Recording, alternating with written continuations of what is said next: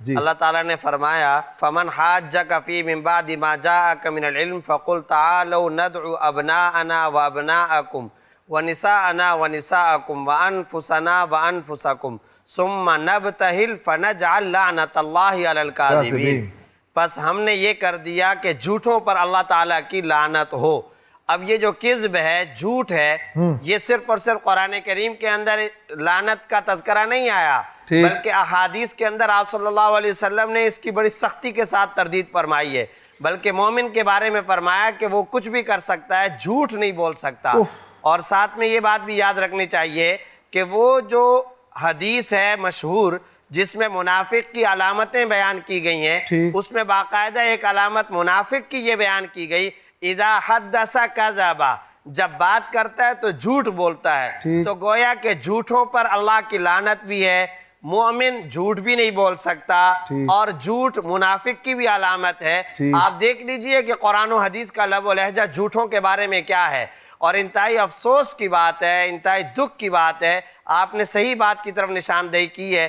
آج ہمارے کاروبار کے اندر، ہمارے بازار کے اندر جھوٹ بولتے ہیں، اس کو ہنر سمجھا جاتا ہے۔ یہ سمجھتے ہیں کہ دیکھو میں کتنا چالاک آدمی ہوں، میں نے فلانے کو اس طرح سے ٹرخا دیا، میں نے فلانے کو اس طریقے سے روانہ کر دیا۔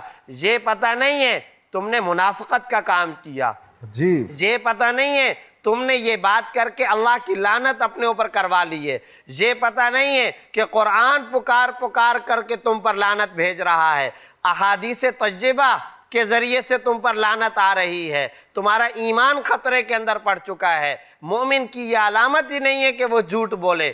ایمان اور جھوٹ یہ دونوں جمع ہی نہیں ہو سکتے۔ آپ صلی اللہ علیہ وسلم نے ایک روایت کے اندر فرمایا خیانت اور جھوٹ یہ دونوں چیزیں کسی مومن کے اندر جمع نہیں ہو سکتی ہیں۔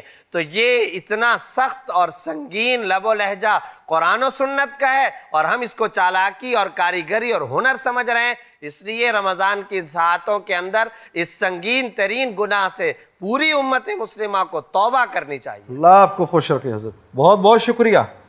اگلے سوال کے لیے تیار؟ اگلا سوال جو تمہاری طرف آنے لگا ہے وہ یہ ہے، اوئے ہوئے حضرت عمر رضی اللہ تعالیٰ عنہ کی شہادت کون سے شہر میں ہوئی؟ اے مکہ مکرمہ میں، بی مدینہ المنورہ میں، سی کوفہ میں، ڈی دمشق میں۔ دوہری سہولت۔ دوہری سہولت، چلو بتاؤ۔ پہلا مدینہ منورہ میں۔ پہلا مدینہ منورہ میں، دکھائیں جی، یہ تو پہلا ہی صحیح ہو گیا، دوبارہ لائف لائن بھی چلی۔ کوئی بات نہیں۔ مفتی صاحب السلام علیکم ورحمۃ اللہ۔ وعلیکم السلام ورحمۃ اللہ وبرکاتہ۔ جی حضرت کیا فرمائیں گے آپ؟ حضرت عمر رضی اللہ تعالیٰ نے اپنی دعاؤں میں یہ جملہ کثرت کے ساتھ استعمال فرمایا کرتے تھے، اللہم ارزقنی شہادتاً فی سبیلک وفی بلد حبیبک، یا اللہ مجھے اپنے راستے میں شہادت کی موت عطا فرما اور اپنے حبیب کے شہر کے اندر عطا فرما۔ صحابہ کرام عام طور پر سوال کیا کرتے تھے کہ امیر المومنین آپ کی حکومت ہے، آپ ماشاءاللہ امیر المومنین اور خلیفۃ المسلمین اور بادشاہ وقت ہیں، اور مدینہ آپ کا دارالخلافہ ہے، یہ سارے کے سارے لوگ تو آپ کی رعیت ہیں، تو آپ مدینہ میں کیسے شہید ہو سکتے ہیں؟ حضرت عمر فرمایا کرتے تھے بس اس بات کو چھوڑ دو، یہ میرا اور میرے خدا کا معاملہ ہے۔ اللہ تعالیٰ نے مسجد نبوی کے اندر فجر کی نماز کے موقع پر یہ سعادت اور یہ شہادت والی موت انہیں عطا فرمائی۔ کسی مفسر نے بڑی اچھی بات کہی ہے کہ کل کو جب شہادتوں کے وقت شہادتوں کی داستانیں سامنے آئیں گی تو کسی کی شہادت کی گواہی احد کا پہاڑ دے گا، کسی کی شہادت کی گواہی قرآن کریم کا نسخہ دے گا، کسی کی شہادت کی گواہی کربلا کا میدان دے گا، لیکن نبی کے غلاموں کے اندر اس شخص کا بھی کتنا اونچا مقام ہوگا، فاروق اعظم رضی اللہ تعالیٰ عنہ کا، کہ جس کی شہادت کی گواہی بیک وقت 4 چیزیں دیں گی: فجر کی نماز، مسجد نبوی، منبر رسول اور خود روضہ رسول صلی اللہ علیہ وسلم۔ ماشاءاللہ، بہت اچھے۔ مفتی صاحب یہ آپ کی یہ بات سن کے تو یہ بات ذہن میں آتی ہے کہ جیسے حضرت عمر رضی اللہ تعالیٰ عنہ فرما رہے ہیں کہ اللہ مجھے تیرے راستے میں موت آئے، اس کا مطلب ہے کہ جو انسان نماز پڑھنے مسجد جا رہا ہے وہ دراصل اللہ کے راستے میں ہے۔ بے شک اس میں کوئی شبہ نہیں ہے، وہ یقیناً اللہ تعالیٰ کے نہ صرف یہ کہ راستے میں ہے، بلکہ اللہ تعالیٰ کے راستے کا جو اونچا درجہ اور جو اونچا مقام ہے در حقیقت وہ اس کے اندر ہے۔ اور آپ کو پتہ ہے ایک مرتبہ خود آپ نے بھی ایک پروگرام کے اندر وہ حدیث کوٹ کی تھی کہ جس کو مسجد کا عادی دیکھو اس کے ایماندار ہونے کی گواہی دو۔ بے شک۔ تو یہ تو نہ صرف یہ کہ مسجد کے اندر آنے جانے کے عادی تھے، بلکہ امیر المومنین تھے اور باقاعدہ امام مسجد نبوی تھے، اور اس وقت فجر کی نماز کی امامت فرما رہے تھے۔ بہت شکریہ حضرت، بہت بہت شکریہ۔ حافظ حسان صاحب، جی 3 سوالوں کے اگر آپ نے جواب دے دیے تو حج کے 2 پیکج آپ کے ہوئے، ٹھیک ہے؟ مجھے تو ابھی سے آوازیں آ رہی ہیں لبیک اللہم لبیک۔ جب بھی اذان سنو درود پڑھنے سے پہلے لبیک پڑھ دو ایک دفعہ، اللہ پاک اس کو اس سال ضرور حج پر لے کے جائیں گے۔ انشاءاللہ۔ تیار 12ویں سوال کے لیے؟ جی شاباش، ہمت کر کے۔ اگلا سوال حافظ حسان صاحب کی طرف جو آنے والا ہے وہ اگلا سوال یہ ہے، آپ صلی اللہ علیہ وسلم نے کس صحابی کے لیے احد کے موقع پر فرمایا کہ انہوں نے جنت واجب کر لی؟ اے حضرت سعد رضی اللہ تعالیٰ، بی حضرت طلحہ رضی اللہ تعالیٰ، سی حضرت حمزہ رضی اللہ تعالیٰ عنہ، اور ڈی حضرت زبیر رضی اللہ تعالیٰ عنہ۔ کس کے بارے میں اللہ کے نبی نے فرمایا کہ انہوں نے جنت واجب کر لی؟ احد کا واقعہ تو پڑھا ہے نا؟ ہاں، ان چاروں میں سے احد میں شہید کون ہوا؟ حضرت حمزہ۔ سید الشہداء۔ جی جواب سی۔ اور باقی 3 جو ہیں وہ عشرہ مبشرہ ہیں۔ جی سوال مشکل آ گیا۔ کافی۔ سی حضرت حمزہ رضی اللہ عنہ۔ سی کر دوں؟ جی لائف لائن نہیں لوگے؟ نہیں۔ کریں جی، آپشن سی کو محفوظ کریں جی۔ محفوظ کر دیا؟ جی اب تو محفوظ کر دیا۔ اب تو کر دیا۔ ہاں، جی جواب بتاتے ہیں آپ کو بریک کے بعد۔ رب زدني علما ألف لام رب زدني علما ألف لام۔ جی بریک کے بعد خوش آمدید۔ میں نے سوال کیا اپنے بھائی سے کہ آپ صلی اللہ علیہ وسلم نے کس صحابی کے لیے احد کے موقع پر فرمایا کہ انہوں نے جنت واجب کر لی؟ حافظ حسان نے یہ بولا کہ آپشن سی۔ سی حضرت حمزہ رضی اللہ تعالیٰ عنہ۔ جواب دیکھیں، جی سوچ لیں، پکی بات ہے۔ اچھا، ان کے علاوہ کس کے بارے میں ذہن میں آ رہا ہے کہ یہ ہو سکتے ہیں؟ حضرت سعد رضی اللہ عنہ۔ حضرت سعد کے بارے میں آ رہا ہے، دکھائیں جی۔ صحیح جواب کیا ہے جی؟ حضرت طلحہ۔ طلحہ رضی اللہ تعالیٰ۔ کوئی بات نہیں، کہاں تک تو پہنچ گئے تم، کس قدر زبردست بات ہے۔ حضرت السلام علیکم ورحمۃ اللہ۔ وعلیکم السلام ورحمۃ اللہ وبرکاتہ۔ یہ کیا حضرت، اس کے پیچھے کیا تھا؟ کچھ تاریخ کچھ ہم نے بھی پڑھی، کچھ سنی، ذرا کچھ آپ وضاحت فرمائیے۔ جی اس سلسلے میں گزارش یہ ہے کہ سنن ترمذی کے اندر بھی یہ روایت موجود ہے، طبرانی میں موجود ہے، بیہقی میں موجود ہے، مسند احمد کے اندر موجود ہے، اور کئی حدیث کی کتابوں کے اندر بڑا تفصیل کے ساتھ یہ واقعہ آیا ہے۔ میں بہت مختصراً ذکر کروں گا کہ احد کے موقع پر آپ صلی اللہ علیہ وسلم در حقیقت ایک مقام کو دیکھنا چاہتے تھے۔ اچھا، تو وہاں پر ایک چٹان رکھی ہوئی تھی، تو آپ صلی اللہ علیہ وسلم اس چٹان کے اوپر چڑھ کر کے سامنے کی طرف نظر ڈالنا چاہتے تھے۔ اس کے لیے حضرت طلحہ رضی اللہ تعالیٰ عنہ کی سعادت کھلی۔ یہ ویسے ہی اس وقت آپ صلی اللہ علیہ وسلم کے جان باز سپاہی کا کردار ادا کر رہے تھے، اور دفاع کا جو حصار بنایا ہوا تھا اس میں حضرت طلحہ رضی اللہ تعالیٰ عنہ بھی تھے۔ جب انہوں نے یہ بھانپا کہ آپ صلی اللہ علیہ وسلم اس چٹان پر چڑھ کر کے دیکھنا چاہتے ہیں، تو حضرت طلحہ رضی اللہ تعالیٰ عنہ نے اپنے آپ کو لٹا لیا۔ تو ان کی کمر مبارک پر آپ صلی اللہ علیہ وسلم نے اپنا پیر مبارک رکھ کر کے چڑھ کر کے اس طریقے سے سامنے کی طرف نظر ڈال کر کے دیکھا۔ اس موقع پر آپ صلی اللہ علیہ وسلم نے یہ جملہ ارشاد فرمایا تھا اوجب طلحہ، طلحہ نے اپنے لیے جنت واجب کر لی ہے۔ واہ واہ واہ واہ واہ واہ واہ واہ۔ بھائی حافظ حسان صاحب، آپ کی برکت سے ہمارے سننے والوں کو، ہمارے نوجوان بچے جو آج یہاں آئے ہوئے ہیں، ہماری آڈینس، اتنی باتیں پتہ چلیں اور ہمیں آپ کے ساتھ اس علمی سفر میں بہت مزہ آیا۔ اللہ آپ کے علم میں اضافہ کرے، ہمت میں اضافہ کرے۔ یہاں پر باہر بیٹھ کر بات کرنا، سننا، سوالوں کے جواب دینا حافظ حسان بہت آسان ہوتا ہے، یہاں بیٹھ کر تم بھی جانتے ہو مشکل ہوتا ہے نا، یہاں کنفیوژن بھی ہوتی ہے، سب لوگ دیکھ رہے ہوتے ہیں، لیکن ماشاءاللہ سے آپ نے بہت اچھا، یہ آپ نے ماشاءاللہ آپ کا سفر رہا، ہمیں آپ کے ساتھ بہت مزہ آیا۔ ہاں، آپ 2 عمرے کے پیکیجز جیت چکے ہیں، وہ ہم آپ کو دیں گے، وہ آپ اپنے والدین کو گفٹ کیجیے گا۔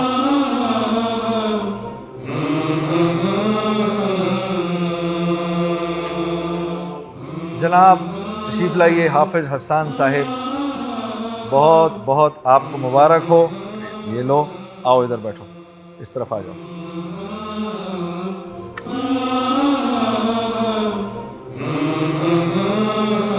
جی عزیزان گرامی، اگلے پروگرام تک کے لیے اجازت۔ السلام علیکم ورحمۃ اللہ وبرکاتہ۔